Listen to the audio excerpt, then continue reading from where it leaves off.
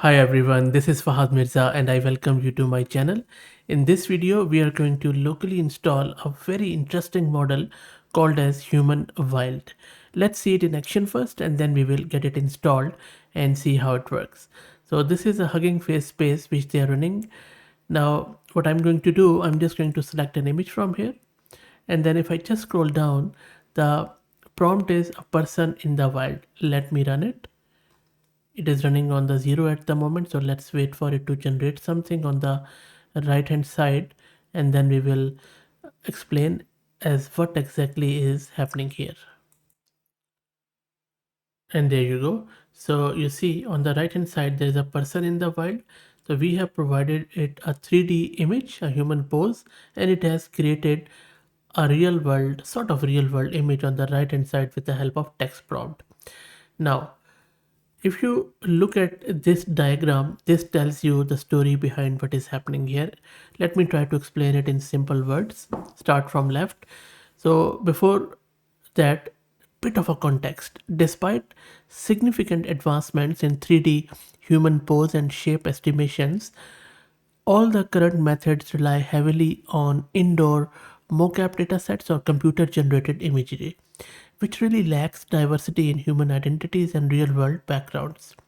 But this model, HumanWild, has come up with an approach using diffusion models to generate synthetic data that complements computer generated imagery, rendered data, and that has achieved a remarkable generalization performance on diverse real world scenes. HumanWild can generate human images and corresponding 3D mesh annotations, producing a large scale dataset of 0.79 million images with annotations covering various viewpoints, scenes, and human identities. And I will shortly show you when we use it with different angles, with different backgrounds. So, this also eliminates the need for real world data collection, which is quite important. Okay, now we know what exactly this model is and we have seen it in action. Let's try to get it installed and we will see how it works. Let me also give a huge thanks to our good friends at Master Compute who are sponsoring the VM and GPU for this video. If you're looking to rent a GPU on very affordable prices, I will drop the link to their website in video's description. Plus, I'm also going to give you a coupon code of 50% discount on range of GPUs, so do check them out. This is my Ubuntu system and this is my GPU card NVIDIA RTX 6000 with 48 GB of VRAM. The only prerequisite which you need in order to get it installed is this Docker. I have a recent version of Docker installed, and if you don't know how to install Docker, please search my channel. I already have done a very simple video to install Docker, and in order to download and run this project, all you need to do is to run this docker run command, which is going to download all the images, and then it is going to build it and run it on our local host at port 7860. So, and you can see that these are the images which is it is downloading, and the size is seems like 4 to 5 GB, but we will check it out towards the end. Let's wait for it to get downloaded. It has downloaded the containers and now it is downloading and loading the models on my GPU. Shouldn't take too long. Now you can see that not only diffusion models, it has also downloaded some text encoders which convert our text prompt into the format which is understood by the model. And this is, I guess, the main model, which is around over 10 gig of size. Okay, so everything is installed and running. Now we can access it on our local host at this port 7860. Let me go and run it here. And there you go. So our 3D human reconstruction in the wild is running. Now first let's quickly check. I'm just selecting an image they have provided, and then it says a person in the wild. Let's run it. Let's go here. It is running at the moment. Let's also quickly check our VRAM consumption so that we know how much VRAM we need for this. So just over 11 gig of VRAM is needed. Let's rerun it to make sure. No, it's more like, because the model is loaded now, over 18 gig of VRAM. Okay, so let's move it out of the way. There you go. So this is in the wild where this pose or 3D rendering has been converted to this. So let me make it slightly smaller. Okay, much better. Now, let me, maybe I'll just go with this one. Okay, so and I'll just make it like a person in the, I'll just say park maybe. Let's wait for it. Let's double check our VRAM consumption again. Yes, it is taking at 18.5. Okay, so let's wait for it. Shouldn't take too long. Yep, this is a park, so this is a bit malformed, but other than that, it is fine.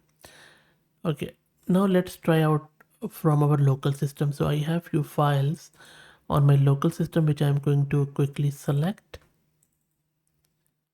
And I'll just go with this yoga pose.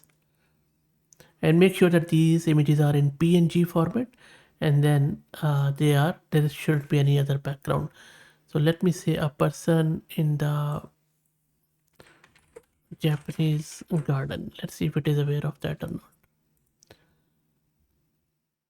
And I'm not mentioning any gender here, like a woman or man in the garden, just a person is fine.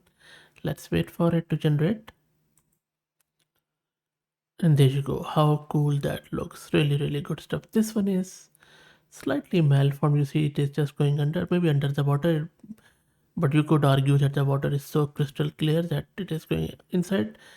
This one is, I would say, it is okay, but still could be improved, I guess. Anyway, but not bad at all. So I'll just make it slightly bigger. This is the one, this is the one. Really good stuff. Okay, let's try out another one. In this one, I'm just going to upload another image. Maybe, okay, I'll go with this first one.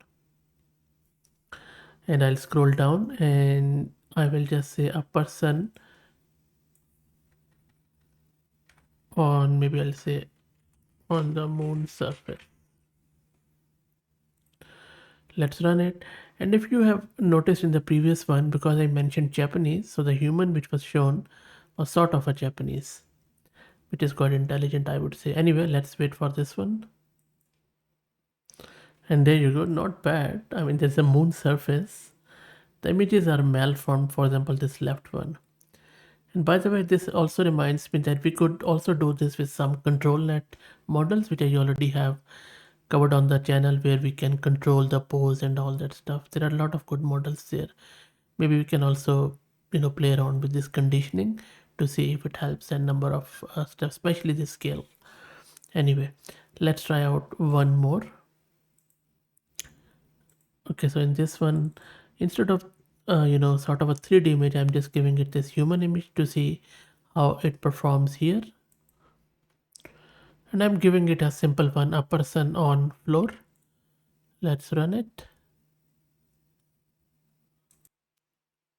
And there you go, floor is there, person is there, image is slightly malformed, and it is not what exactly is being done here.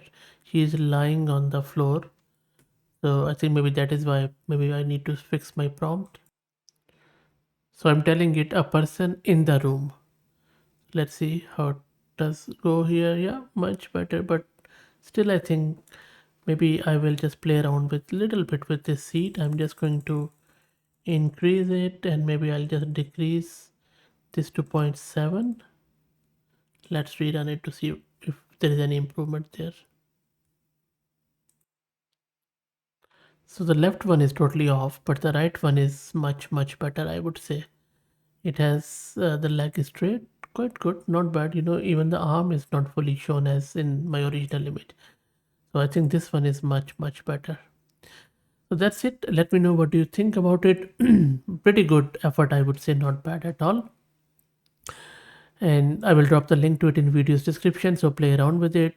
If you like the content, please consider subscribing to the channel. If you're already subscribed, please share it among your network, as it helps a lot. Thank you for watching.